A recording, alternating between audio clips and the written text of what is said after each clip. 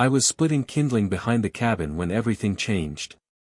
The morning mist clung to the trees like breath held too long, the kind of stillness you only get in the fall right before the cold snaps its fingers and turns the earth hard.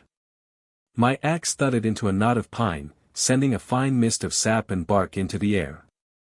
I hadn't spoken a word in days, hadn't needed to. The lake spoke plenty.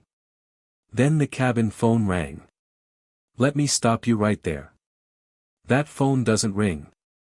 It's a landline, old enough to be a fossil, installed back when Reagan was still president and the only people who called were linemen or your mother-in-law. I keep it because up here, on the edge of Lake Wilder, Oregon, cell reception comes and goes like guilt, strong in storms, weak when you need it. But that phone? It hasn't rung in months. Years, maybe. So when it did, I dropped the axe. Not because I was scared. I don't scare easy anymore. But because that ring cut through the silence like a gunshot.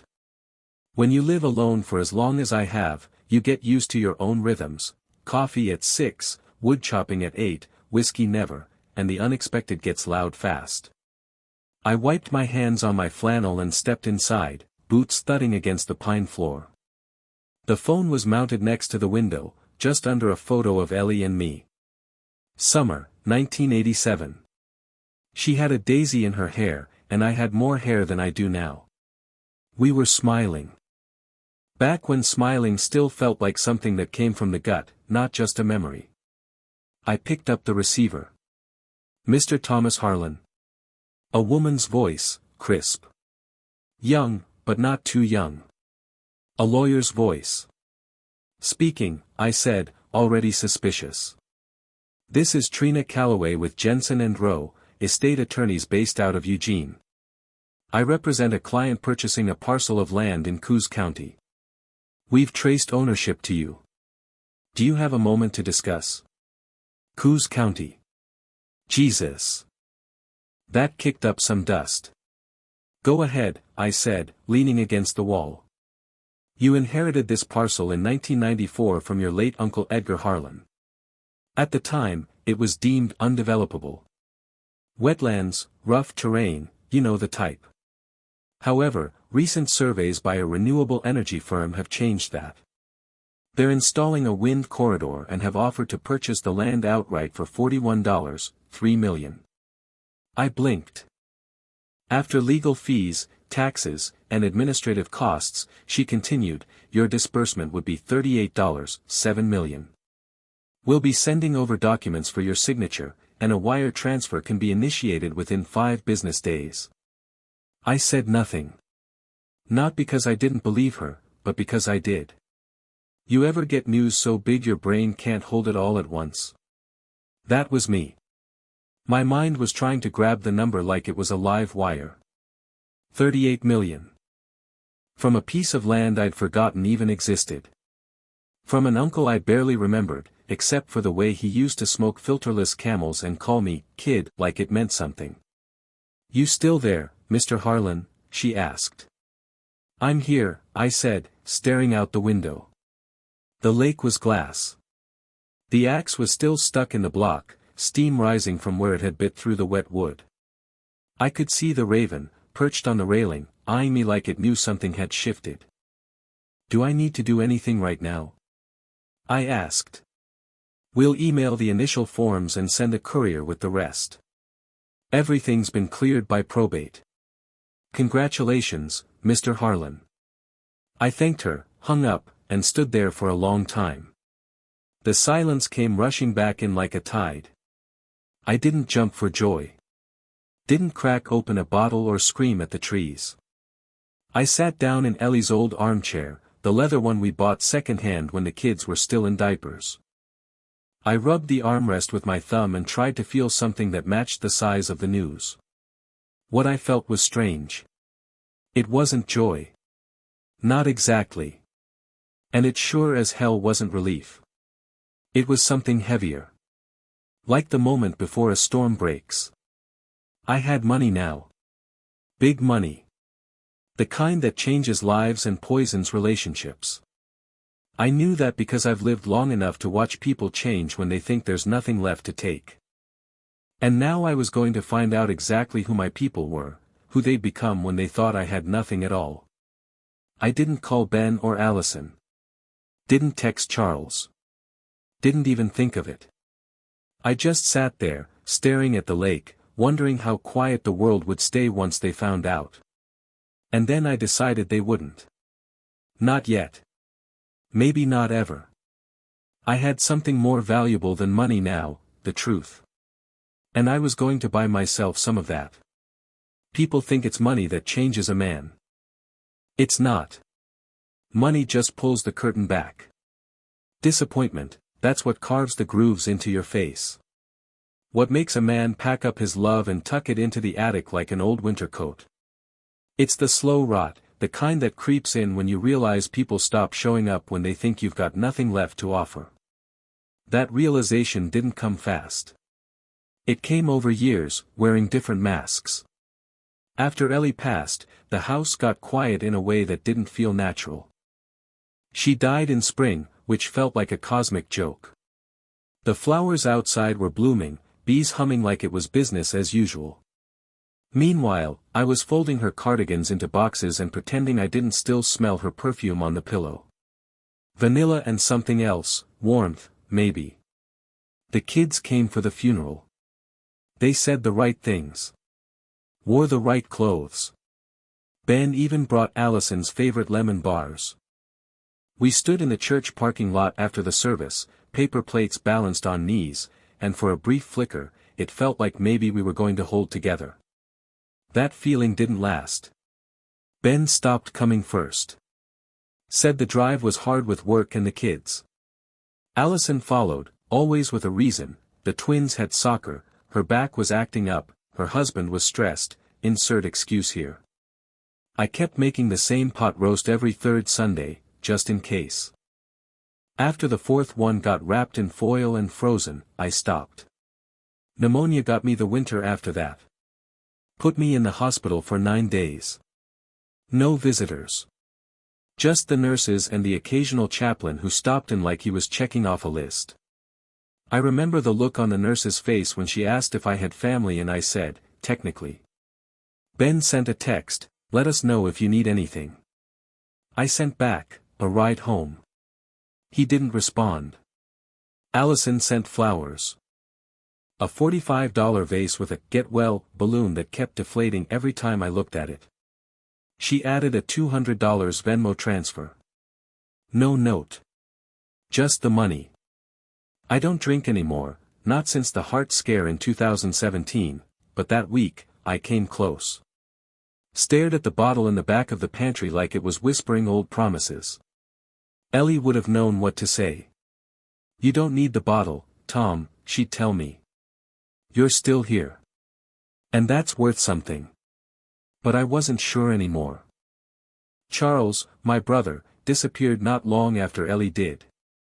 We'd been close once, the kind of close that comes from shared bedrooms and beat-up bikes. But I made the mistake of co-signing a loan for him after his third divorce. A fishing boat and a dream. I told him it wasn't smart. He told me he knew what he was doing. He didn't. When the bank started calling, I answered.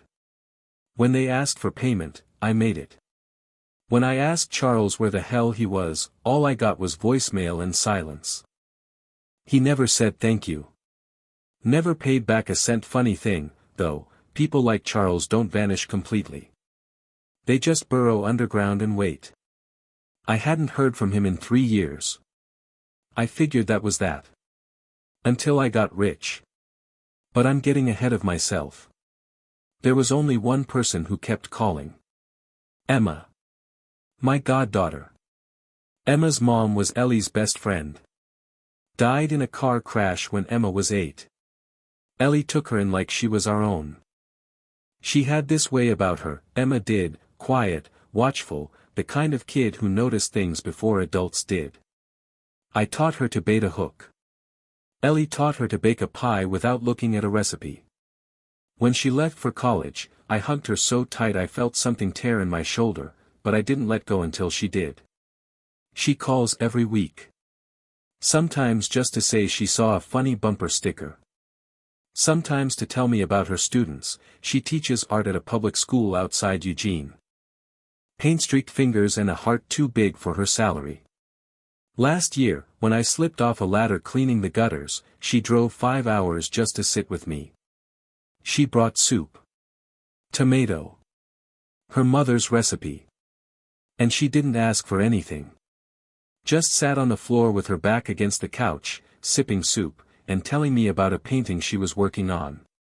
"It's the light that gets me," she said.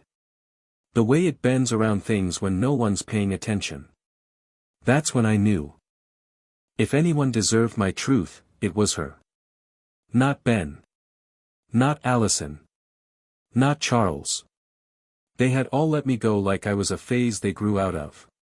But Emma never did. There's a certain ache that comes with realizing you've been holding your hand out to people who stopped reaching back a long time ago. You think you're being patient, generous, hopeful.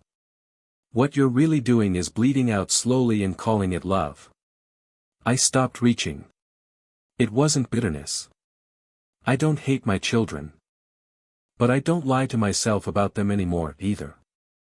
Ben is a numbers guy. Went into corporate strategy. Always saw life in cost-benefit.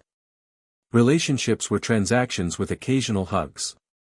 When Ellie got sick, he offered to optimize her treatment plan by printing out spreadsheets from WebMD. She didn't cry about it. She just smiled and said, "He's trying, Tom." In his own way. Allison is warmth, but fleeting. Like sunlight through glass, beautiful, but untouchable.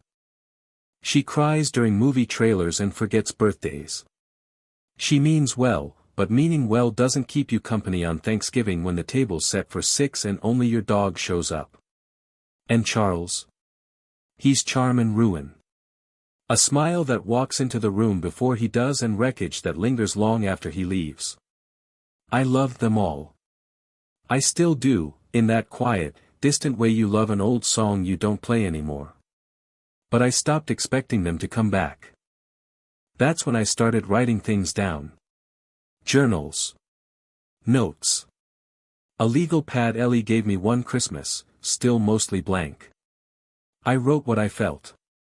What they said, or didn't say. I made a ledger. Not of money, but of heart. It was time to take inventory. And now, with $38. 7 million sitting behind a lawyer's firewall and a landline that hadn't stopped buzzing in my chest, I realized I was about to find out whether anyone still cared who I was. Or just what they thought I might be worth. That night, I sat by the fire with a legal pad in my lap, the yellow kind with the faint blue lines Ellie used to use for grocery lists.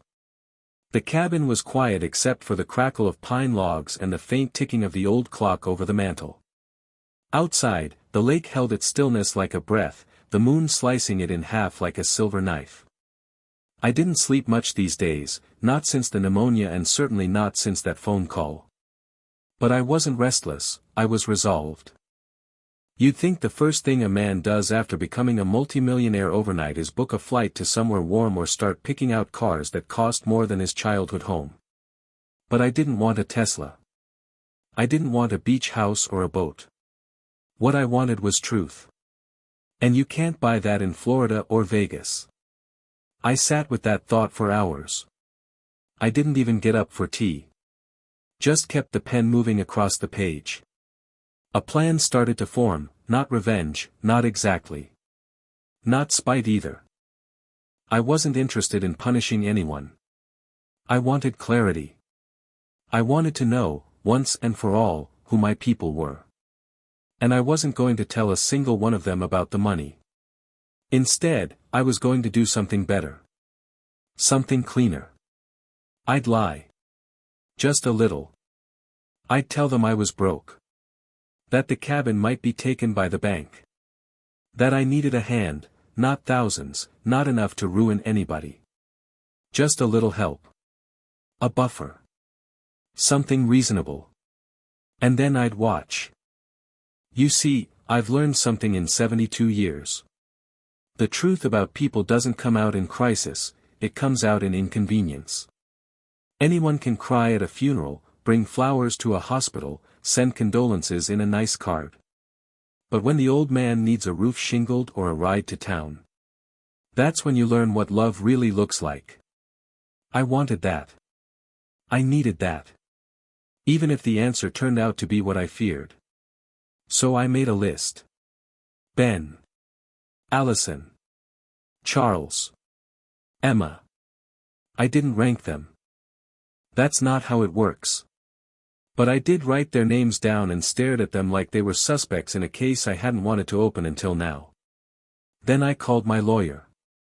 Her name was Darcy Jameson. 40-something, no nonsense, sharp as a switchblade in a silk case. She was the one Trina Calloway had transferred me to after the initial transaction was confirmed. "You're going to need a little more than a check and a shoebox, Mr. Harlan," she'd said, and I liked her instantly. When she picked up, her voice was calm and tired. "Mr. Harlan. Burning the midnight oil? I want to set up a trust," I told her. "And I want it tight. No loopholes, no wiggle room. And I want it blind." She didn't miss a beat. "Blind trust. Beneficiaries?" 1. I gave her Emma's full name. Told her about her job. Her heart. Her soup. The paint under her fingernails. I didn't tell her why. That was between me and Ellie, wherever she was. "And the rest?" Darcy asked. "They get a taste," I said. $5,000 apiece. But there's a clause. If they contest anything, if they make noise, they get nothing. Not a cent. "Spicy," Darcy said. "You sure?" "Absolutely." We talked logistics for another 20 minutes. Signatures. Verification. A draft of a letter I wanted to send along with the disbursement. Not a dramatic one. Just the truth in my voice, not theirs. When we hung up, I looked at the fire and thought about all the years I'd spent keeping the peace. Playing the nice father, the reliable brother, the man who quietly handed over what he had and never asked for anything back.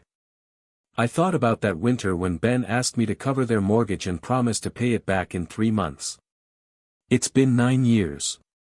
I thought about Allison calling me selfish when I didn't fly out for her daughter's ballet recital because I was still coughing blood and too sick to drive. I wasn't angry. But I wasn't asleep anymore either. This plan wasn't about hurting them. It was about showing them the mirror. And if they didn't like what they saw, well, maybe they'd understand how I felt looking at empty chairs on Christmas morning. Maybe they'd learn that love doesn't come with conditions. Or maybe they wouldn't. Either way, I'd be done waiting for something that wasn't coming. I got up and poured myself a glass of water. The silence was loud again, the kind that used to scare me right after Ellie died. But now it felt different. Not peaceful, but clean. Like air after a storm. I walked out onto the porch, barefoot, the wood cold beneath my heels. The raven was gone. The stars were brutal and bright overhead. And for the first time in years, I didn't feel small. I felt sure. I was going to test them. Not with traps or trickery. Just the plain, ugly truth. A story about being broke and needing help. And I'd see who came running. Not to rescue me. But just to sit beside me. The next morning, I woke before dawn. Made coffee. Fed the fire. Watched the sky shift from black to blue to gold. And then I picked up the phone. It was time to make the first call. I started with Allison. Not because she was the more compassionate one, she wasn't. But because I wanted to believe she could be. Out of the two, she had always been more expressive, more emotional. She cried during commercials, hugged too long at holidays, told everyone how much she loved family. I thought maybe that love extended to me. Maybe. I dialed her around 10 in the morning. Saturday. Safe hour. Late enough not to be a bother, early enough not to be forgotten. She picked up on the third ring. "Hey, Dad," she said, voice clipped, rushed. I could hear kids in the background, some show blaring on a tablet. "Can I call you back later?" "I just need 2 minutes," I said. A pause. Then a sigh. "Okay. Go ahead." "I might be losing the cabin," I told her. "Things have been tight. Property taxes jumped, and with the heater going out last month, it put me behind more than I expected. I was wondering if you could help out a little. Just for now. A small loan. A couple thousand." Silence. Then she laughed. Soft, polite. Almost condescending. "Oh, Dad, I wish I could. But between the girls' private school and Jason's surgery last month, we're already in over our heads. Like, barely breathing. It's been chaos." I waited. Nothing more came. "Even 1,000 would help," I said. "Just to get the tax office off my back." More silence. Then a shift in tone. "I'll talk to Brent, see if there's anything left after the bills clear. But honestly, I don't think we can swing it right now." That was it. No questions. No, "How bad is it?" No offer to drive down. No, "Do you need anything else?" Just a maybe, followed by a wall of excuses. We said goodbye. She promised to circle back. I knew she wouldn't. I marked the date and time in the ledger I'd started. Allison, February 10th, 10:03 a.m., said no. Excuses, tuition, surgery, talk to Brent. No follow-up questions. No offer of visit. No concern. I stared at her name for a while after that. There was a time she used to crawl into my lap with a juice box and say, "You're the best daddy ever." She called me her hero. I remembered that little girl more vividly than I remembered the woman who just got off the phone. Next came Ben. This one I braced for. I called him around noon. He answered with that tone he always used when something was inconveniencing his day. "Hey, Pops. Everything okay?" I almost laughed. First time he called me Pops in years. "Could use a hand," I said. "I'm falling behind on the cabin. Might lose it if I can't catch up. Nothing big, just a few thousand to buy me time." He chuckled. Not out of amusement. Out of disbelief. "Still hanging on to that shack, huh? It's my home." "Yeah, I get it. But I mean, come on. That place is barely habitable, Dad. No insulation, that rusty water heater, creaking floorboards. Sell it. Take the cash and move into one of those senior pods outside Portland. They've got gyms, coffee shops, game nights. Modern stuff. I let that sit. I'm not ready to sell. Then I can Venmo something small next week. 50. 100. Gotta see where things land after the mortgage clears. $50. I didn't respond. "Dad?" he asked. "I heard you," I said. "Thanks for the offer. You're being sentimental. That place is a money pit. At least come visit sometime. It's not healthy isolating like this." I didn't bother to ask why he hadn't visited me. He ended the call with, "Hang in there." Like I was clinging to a ledge of my own making. Ben, February 10th, 12:17 p.m., offered $50 to $100. Said to sell the house. Referred to it as a shack. No inquiry about my health or well-being. No offer to come down. Tone, dismissive, transactional. I set the pad down and stared at the fire. The smoke twisted like ribbon in the air. I kept wondering if I'd misplayed it somehow, too vague, not desperate enough. Maybe if I'd begged. Cried. No. That would have made it worse. These weren't tests of performance. This was me, asking for help. And they both passed with failing colors. It hit me then, this wasn't about money. They weren't scared to spend. They were scared to care. The idea of being responsible for someone they couldn't extract something from. That was too much. I made a cup of tea, walked to the porch, and watched the lake go still again. The raven hadn't come that morning. I missed him. The phone rang later that evening. Unknown number. I let it go to voicemail. A few minutes later, a message blinked. It was Charles. Hey, Tom. Just heard things are a little tight your way. That place you've got, it's still in your name, right? Look, I've been thinking. If you're ready to offload it, I might be able to take it off your hands. Before the bank does. Give you a little breathing room. No pressure. Let's talk. I'll bring beer. Click. I smiled. Not because I was happy. But because the pattern was finally clear. They weren't coming to help me, they were coming to scavenge. I added to the ledger, Charles, February 10th, 6:43 p.m. offered to take the place off my hands. No offer of assistance. Framed it as a favor. Suggested impending foreclosure. Tone, opportunistic. I didn't call him back. Not yet. I sat by the fire again, tea cold beside me, legal pad open across my lap. I flipped the page. Wrote one word at the top in all caps. Emma. And under it, I wrote nothing. Not because there was nothing to say.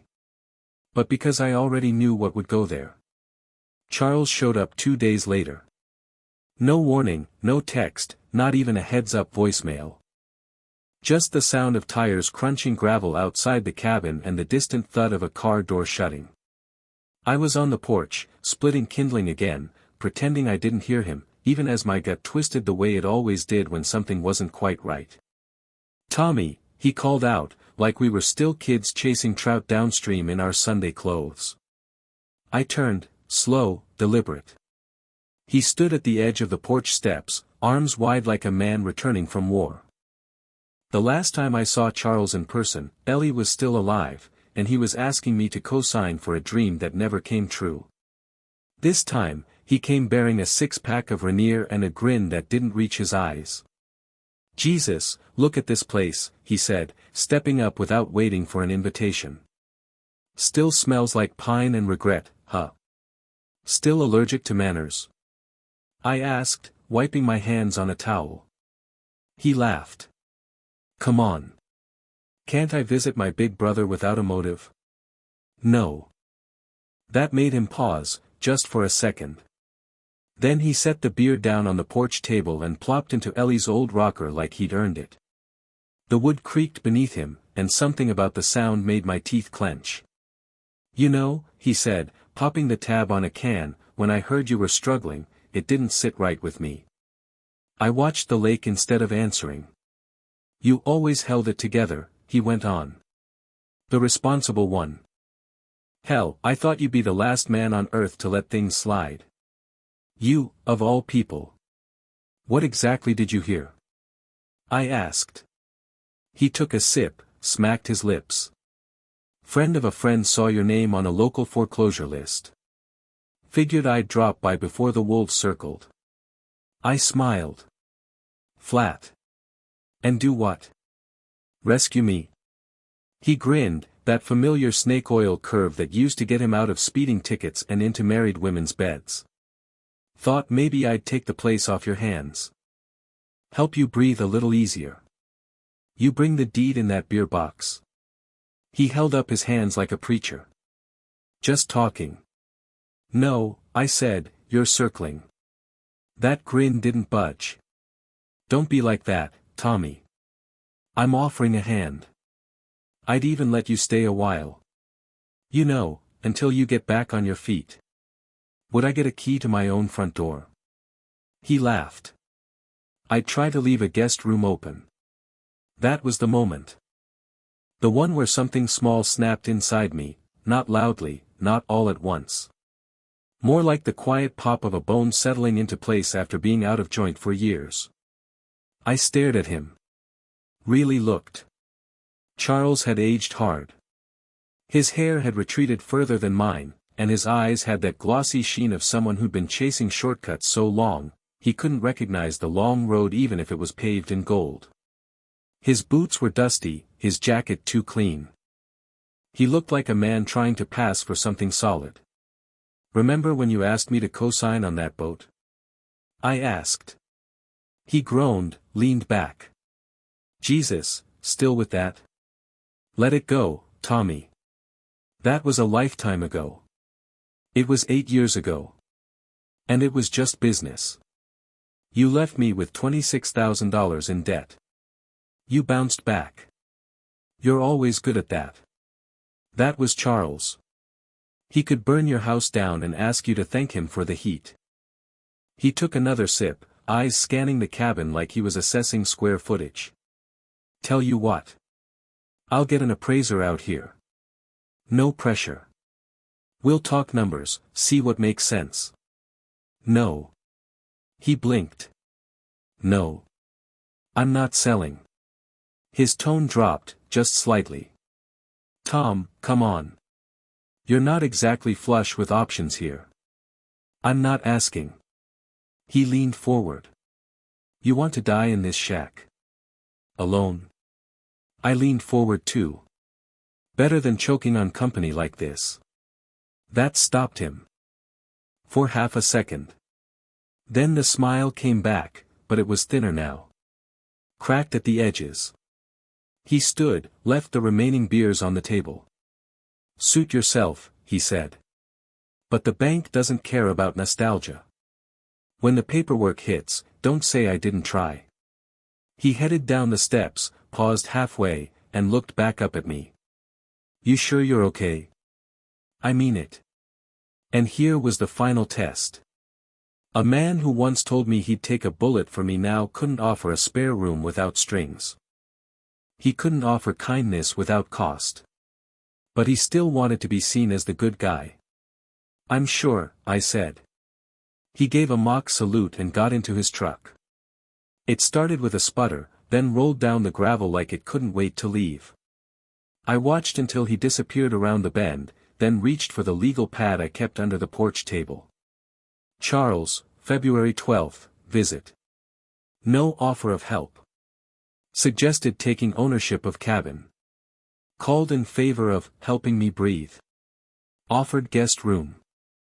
Referenced foreclosure. No empathy. Predatory posture masked as concern. I put a line through his name. He was done. Inside, I sat by the fire again. The same chair. The same spot. The lake outside still held the same reflection of sky and trees, but it felt different now. Cleaner. Like the rot was clearing itself out one visitor at a time. They were coming out of the woodwork now, drawn by the scent of blood they thought was mine. But they weren't hunting me, they were hunting the ghost of who they thought I used to be. A man weak enough to give. Lonely enough to cave. They didn't know I'd been reborn the moment that call came in. I wasn't the man who owed anymore. I was the man who'd been taking notes. I didn't call Emma. I didn't have to. She just showed up, like she always did, on a Tuesday morning that started like any other. The fog was still thick over the lake, clinging to the tree line like an old promise, and I was halfway through reheating some leftover stew when I saw her car pull up the drive. Same beat-up Subaru with a missing hubcap and a faded sticker on the back that said support art teachers, even the broke ones. She stepped out with her curls tied back in a lazy bun and paint flecks on her jeans, a thermos in one hand and a canvas tote in the other. She didn't wave. Just smiled. The kind of smile that didn't ask for anything. God damn, I almost cried right there. I met her on the porch before she could knock. "You look tired," she said, eyes soft as her voice. I grunted. "I look the same as I always do." She raised an eyebrow.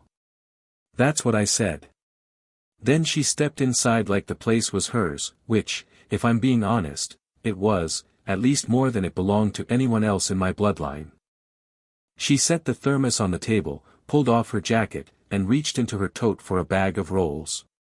Tomato soup, she said, unscrewing the lid and letting the steam fill the kitchen with that rich, tangy scent that had once lived in Ellie's recipe box.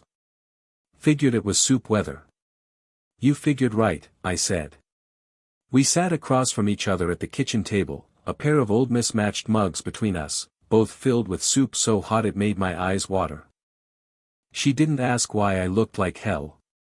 She didn't ask why I hadn't called. She just blew gently over the rim of her mug and said, I had a kid paint a self-portrait today. Gave himself green hair and robot arms.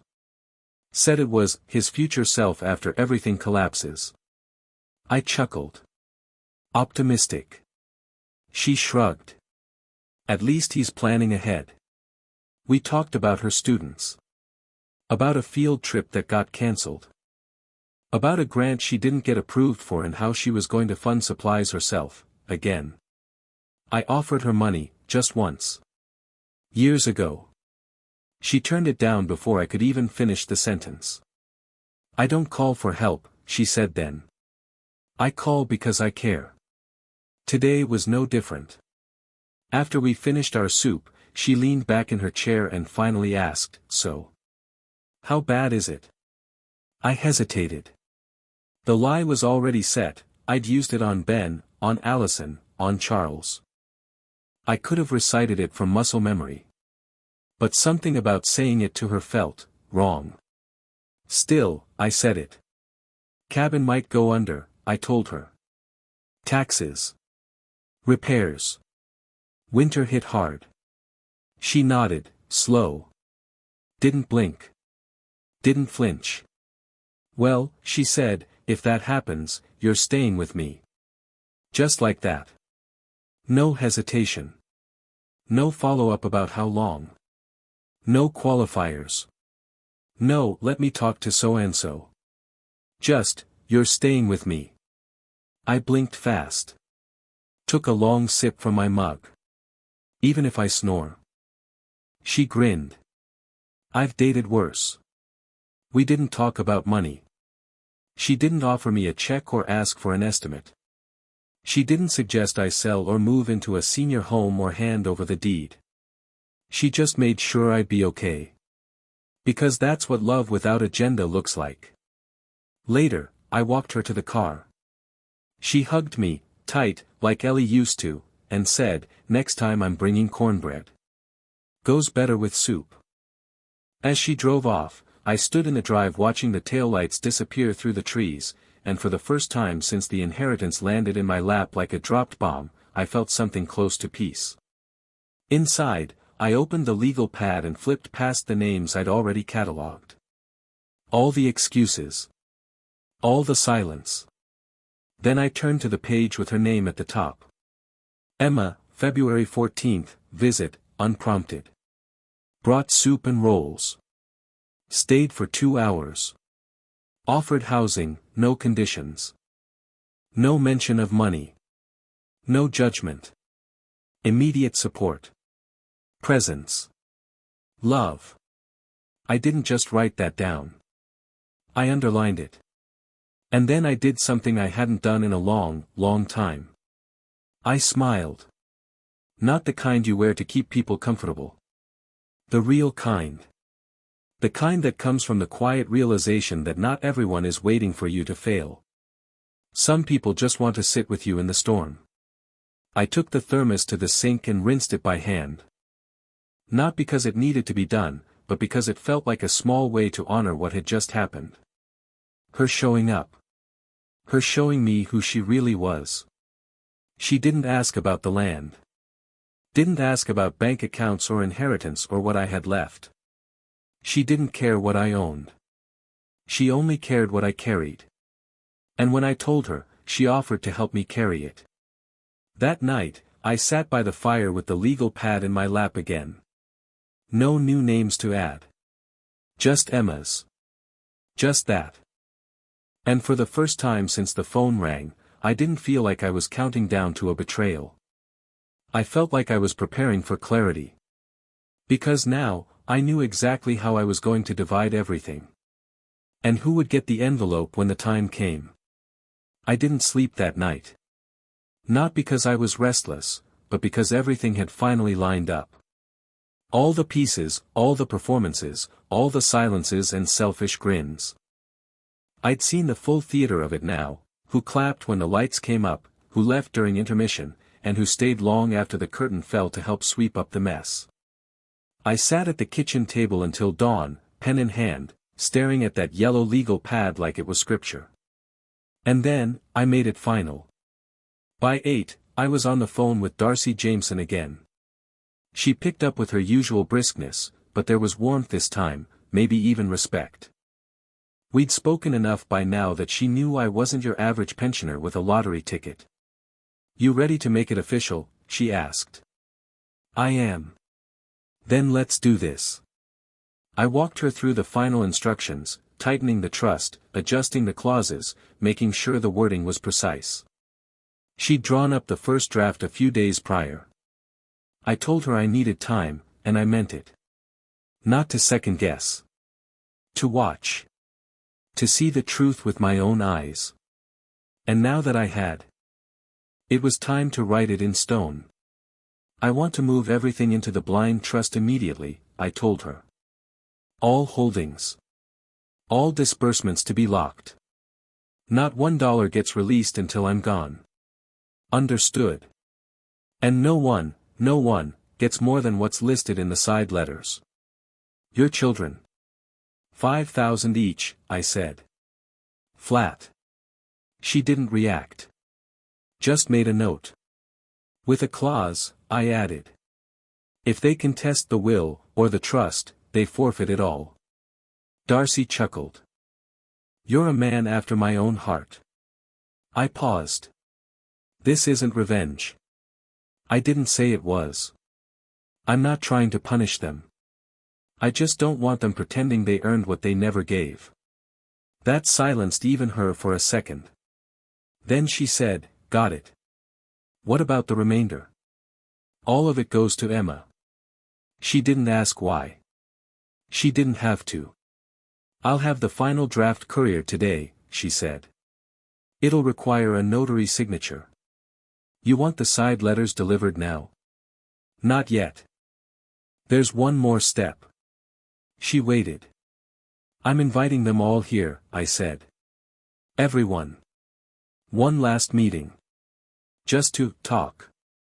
She exhaled a breath that sounded suspiciously like a laugh. "Mr. Harlan," she said, "you really are something." "Just old," I replied. After we hung up, I spent the rest of the morning cleaning the cabin.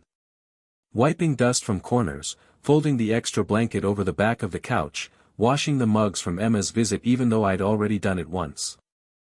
I vacuumed, for God's sake.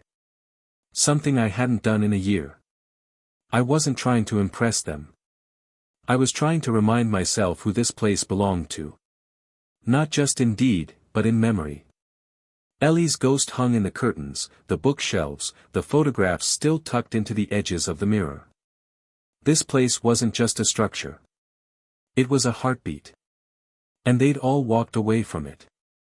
Around noon, I started making calls. I called Ben first.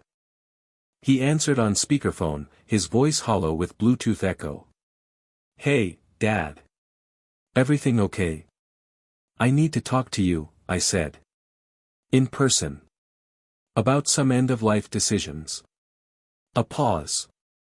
Just long enough to sting. "Okay, when?" "This Saturday. I'm inviting everyone. You, Allison, Charles. Emma too." He cleared his throat. "Is this about the cabin?" "In part." "Should I bring anything?" "Just your honesty." He didn't laugh. Just said, "All right. I'll make it work." Then he hung up. I marked the time. Ben, February 15th, 12:22 p.m., agreed to come. Tone, neutral. No questions. No warmth. Next came Allison. She answered quicker this time. Hey, Dad. Everything okay? I need to see you. In person. Saturday. It's important. She hesitated. Is it your health? In a way, I said. It's about what comes next. There was a pause, and then a shift in her voice, suddenly gentler, like she realized this might be a moment she'd want to be part of. Of course. I'll be there. Should I bring something? Wine. Just yourself. Okay, she said. Love you. I didn't say it back. Allison, February 15th, 12:37 p.m., agreed to come. Offered wine. No clarification sought. Ended call with, love you. I didn't call Charles. I didn't need to. He showed up later that afternoon with the same beer, same smile, same offer. Got your message, he said, though I'd sent none. Saturday, I told him. Be here.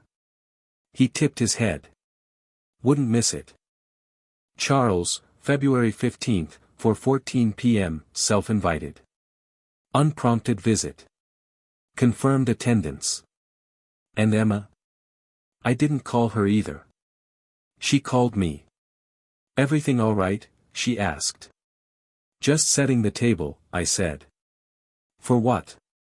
A reckoning. She laughed gently. Want me to bring soup? No. Just bring yourself. Always.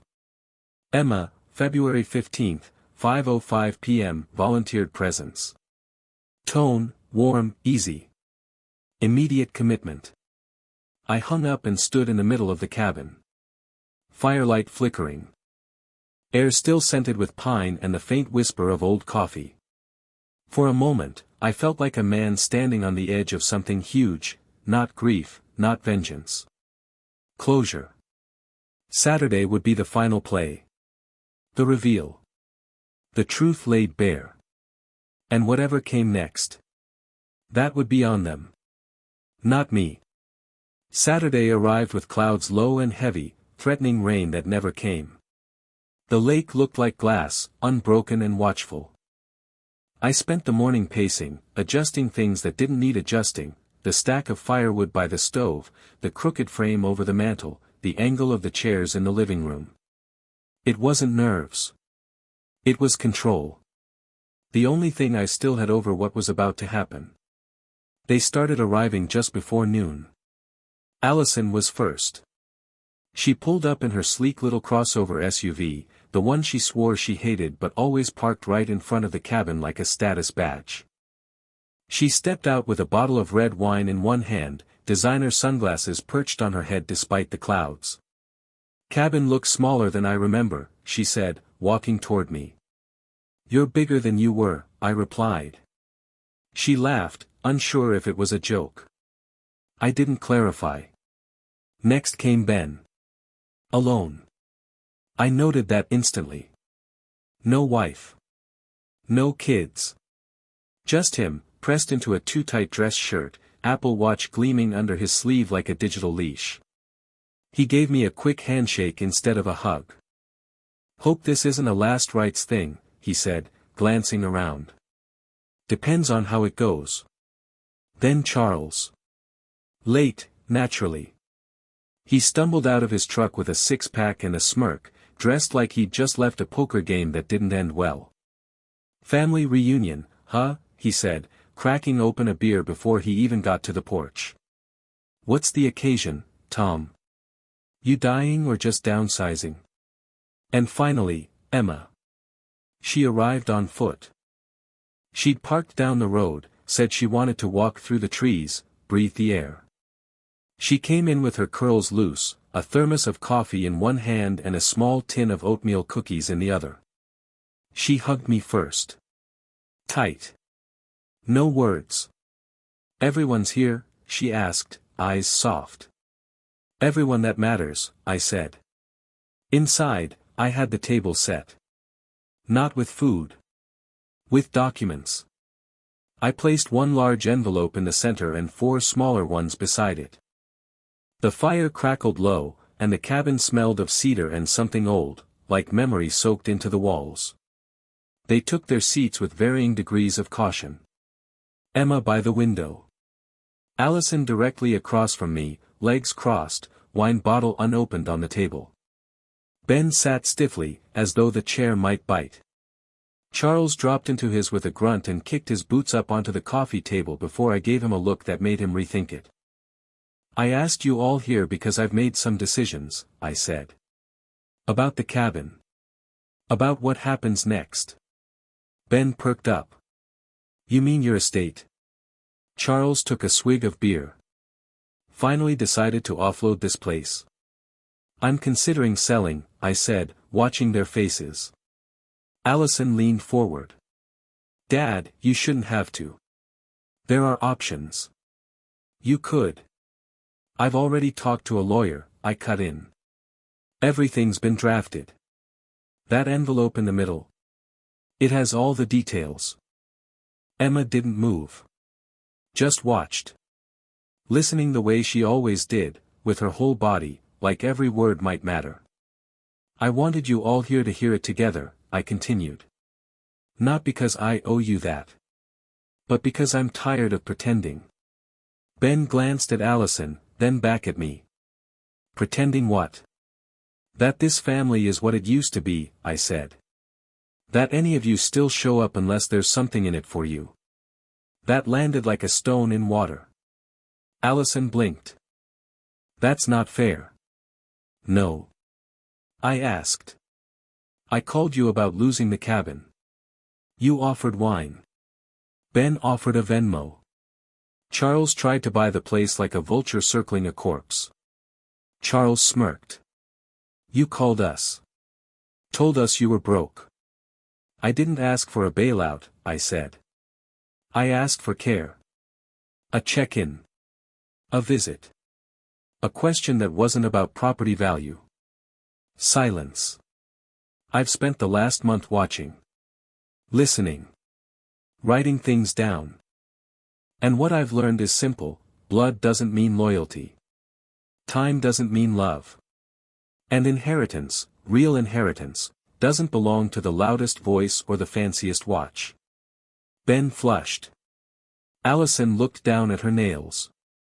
Charles cracked another beer. Only Emma met my eyes. So what's in the envelope? Ben asked, trying to sound calm. What you think it is, I said.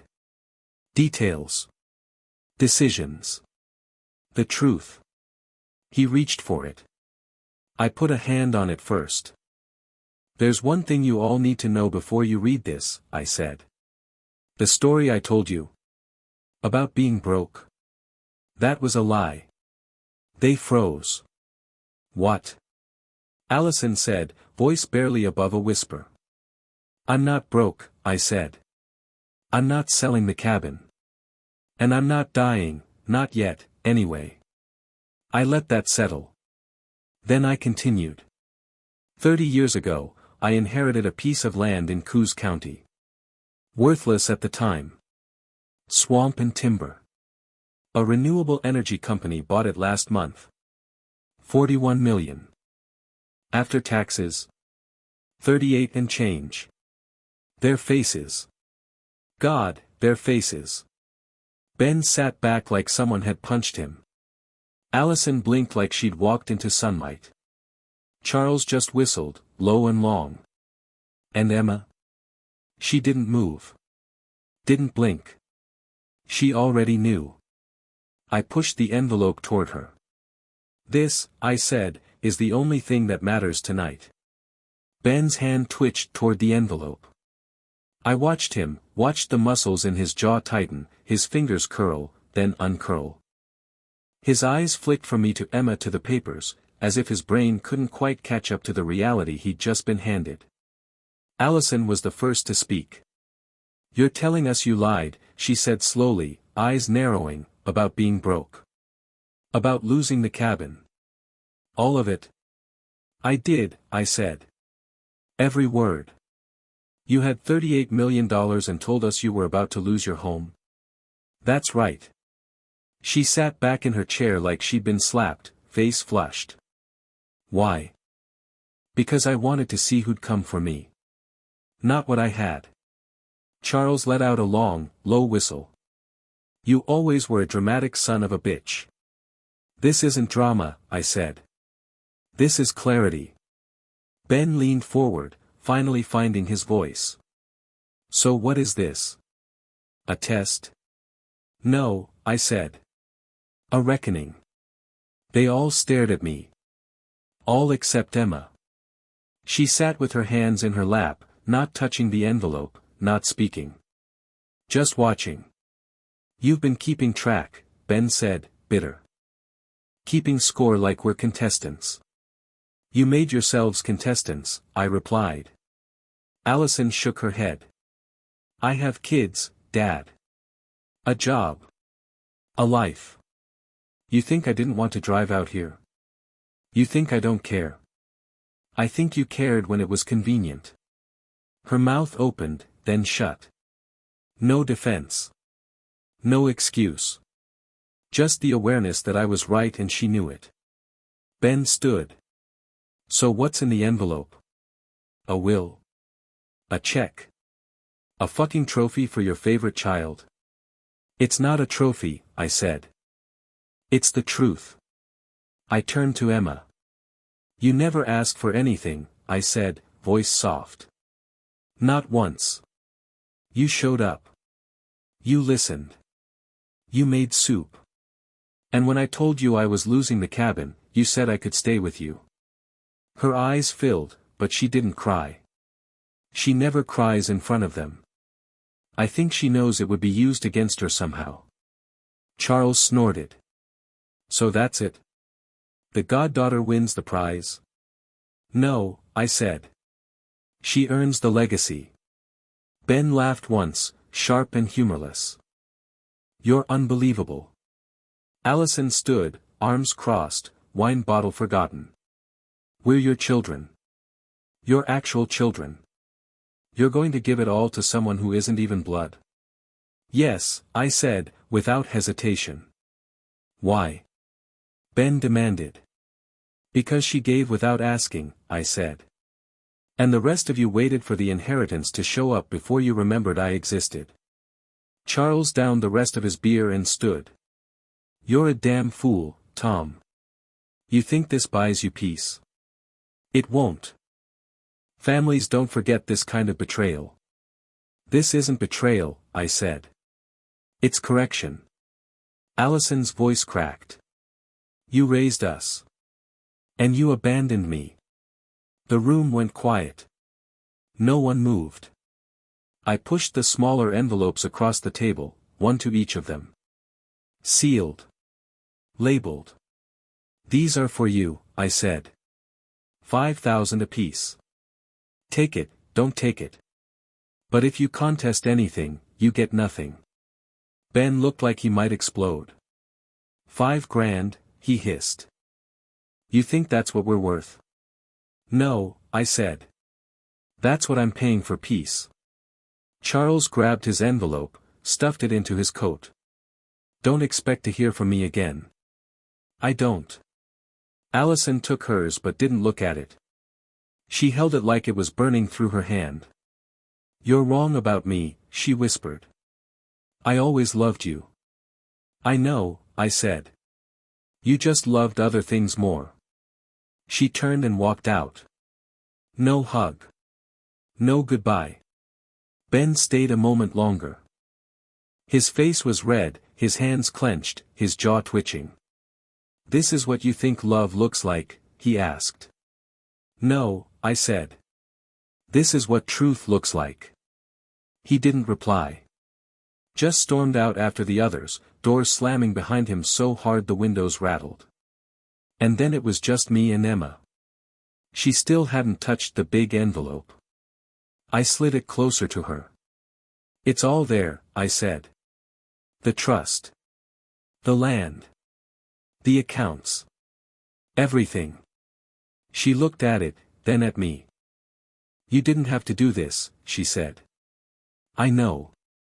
I would have come anyway. I know that too. She reached across the table and took my hand. Her fingers were warm, a little rough from brushes and clay. Real. I don't want it because of what it's worth, she said. I know, I said again. We sat there a while, saying nothing. The fire crackled, the lake outside shimmering in the fading light. Finally, she asked, what now? Now. I said, leaning back in my chair. Now we sit. Maybe make some more soup. Maybe watch the birds. Maybe paint the lake like Ellie used to. Emma smiled. I'd like that. And just like that, the air in the room changed. No more tension. No more pretending. Just the two of us. The only two who still knew what showing up meant. A week passed. No calls. No messages. No angry emails from Ben or passive-aggressive texts from Allison. Not even a beer-soaked voicemail from Charles. The silence wasn't just absence, it was clarity. The kind that rings in your ears after years of background noise finally cuts out. I'd expected some kind of reaction, if not rage, at least negotiation. But I suppose once people realize there's nothing left to take, they stop talking. And that silence? It was the most peace I'd had in years. Emma stayed for 2 days after the meeting. Not because I asked her to. She just did. Helped clean the dishes no one used. Washed the coffee mugs. Reorganized the shelves that had gathered a layer of dust from years of neglect. She even repainted a section of the porch where the old paint had started to flake. Did it all quietly, like the cabin was her own skin she was tending to. We didn't talk much about the others. Didn't need to. Their absence spoke louder than anything they could have said. One morning, we sat on the porch with mugs of black coffee, the lake still as a secret in front of us. Emma was sketching with charcoal, the cabin in the foreground, the trees rising behind it like green cathedrals. Ellie would have liked you, I said, watching her hand move across the paper. She didn't look up. You think so? I know so. You're kind without effort. She respected that. She smiled, soft and private, like she was tucking the compliment somewhere safe. She used to sit right there, I said, nodding at the rocking chair. Reading paperbacks. Cheap romance stuff. Said the real world had too many sharp edges. She wanted softness somewhere. Emma looked at the chair, then back at me. And did she find it? Sometimes, I said. When we let her. There was a long pause. The kind that wasn't awkward, just full. She said, do you regret any of it? I thought about that. About the calls I made. The lies I told. The look on Ben's face when I said Emma was getting everything. The way Allison flinched when I said I'd asked for care, not money. The way Charles pocketed the check like it was hush money. No, I said finally. I regret waiting so long to see them clearly. Emma nodded. People tell you who they are. Eventually. Yeah, I said. They just usually do it when you've got nothing left to give. That night, I sat by the lake alone. Emma had gone back to her apartment in the city, promising to return in a week. Said she had a class to teach, clay work, something about inner landscapes or emotional architecture. I didn't catch all of it. But I liked how her eyes lit up when she talked about it. The sun was setting, and everything was golden. The trees, the rocks, the dock, it all looked like it had been dipped in honey. The kind of beauty that doesn't scream. Just is. I lit the fire pit, poured myself a cup of the cheap bourbon I kept for cold nights, and watched the smoke rise into the dusk. I thought about what people think legacy means. Most think it's land. Or money. Or buildings with your name on the side. But it's not. It's memory. It's kindness. It's the moment someone shows up without being asked and brings soup. It's sitting in silence by a lake with someone who knows your ghosts but never asks them to leave. The cabin was never just a structure. It was a threshold. A filter. The kind of place that lets the real ones through and keeps the rest on the outside, knocking. I'd spent so many years trying to fix things that didn't want to be fixed. Trying to be the bridge for people who'd already burned the path behind them. What the money gave me wasn't power. It was permission, to stop hoping they'd change. The final papers came the next morning. Darcy sent them by courier. I signed everything on the porch, the wind flipping pages like it couldn't wait to see how it all ended. The courier gave me a knowing smile, like he'd seen this kind of story before: old man, big money, last stand. But this wasn't a stand. It was a sitting down. A choosing peace. The bank account was sealed. The trust was locked. The letters were mailed. And I didn't feel empty. I felt finished. I went back to the lake after that, sat on the dock, let my feet dangle in the cold water. Ellie would have made a joke, said I'd catch pneumonia again and give her a heart attack. Then she'd sit beside me anyway, muttering about my stubbornness while leaning her head on my shoulder. I missed her most in the quiet. But I think she was there. In the way Emma looked at the cabin like it was sacred. In the way the lake didn't ripple, like it respected the stillness. In the way the wind didn't ask questions, it just passed through. I'd told the truth, finally. And the truth had done what it always does. It stripped away what was false, what was temporary, what was transactional. And left behind something solid. Something real. Emma called that evening. Said she'd be back soon. Said she was bringing canvases and new brushes and maybe even a dog if the shelter paperwork cleared. You'll like her, she said. She's old and grumpy. Kind of like someone I know. I laughed. Long as she doesn't snore louder than me. I make no promises. We hung up, and I just sat there, watching the last sliver of sun dip behind the trees. I didn't feel rich. I didn't feel wronged. I just felt, here. Present. Still. That's the only kind of inheritance that matters. And I'd finally earned it.